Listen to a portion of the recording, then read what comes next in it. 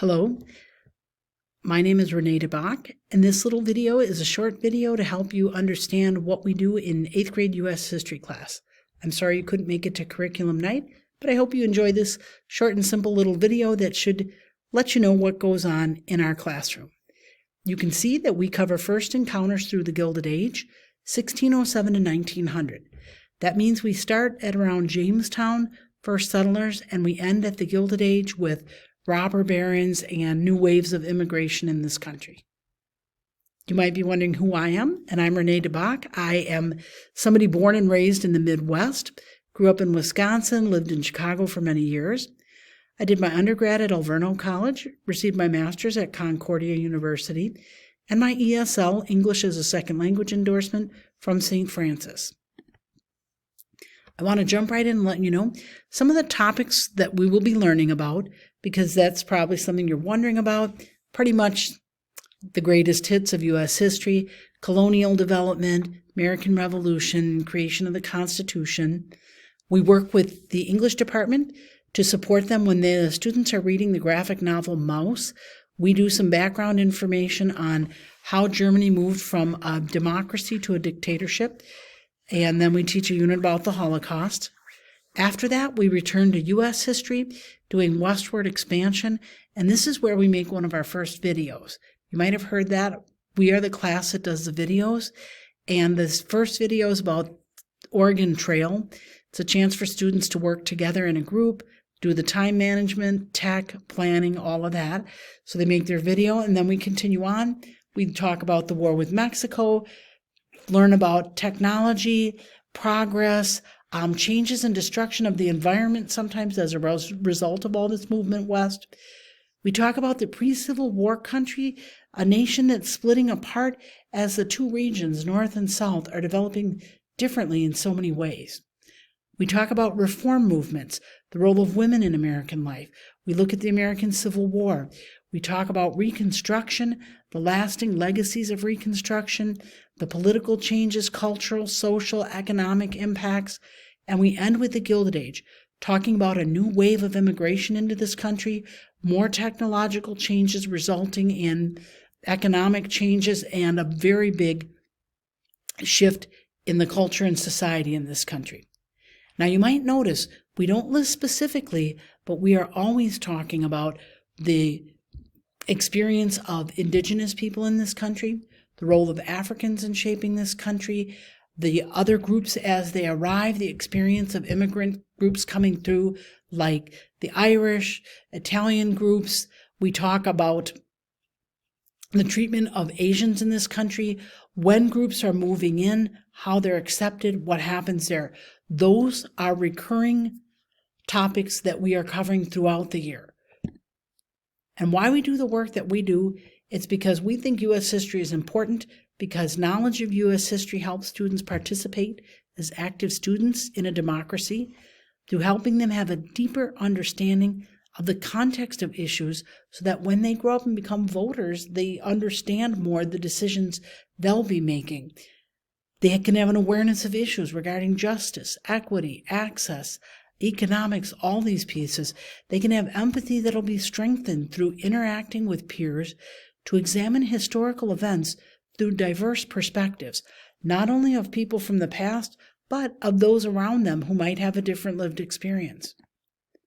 We work in groups as we analyze documents, create visuals, develop and support claims, and share ideas, both so that we can develop active listening skills and learn how to ask deeper questions.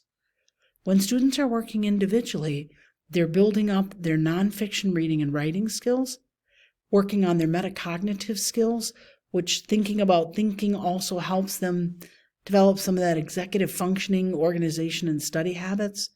And they'll also be working on wrestling with complicated topics that require processing time and effort, really wrestling with big issues.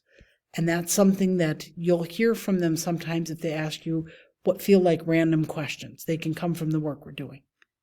You're also going to see here that we do when we can try to make it fun a little bit.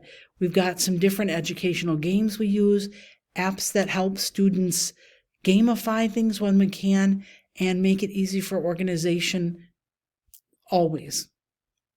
When we're working, we follow the G for E standards-based grading system, which means students are assessed using a 4-level system.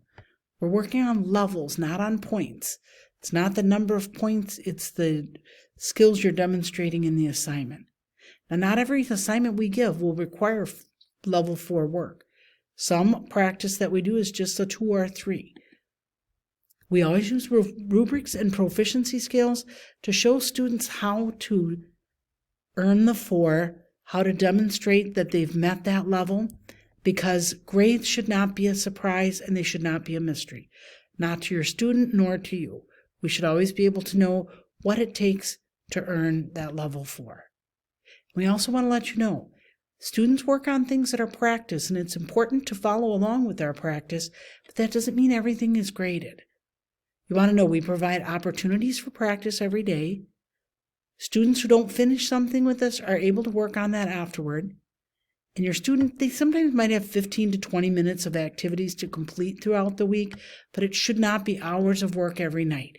If that's the case, they might be misunderstanding some instructions, and we all want to check in on that. Remember also that Gator Time is a great place for students to complete work that they didn't get done in class.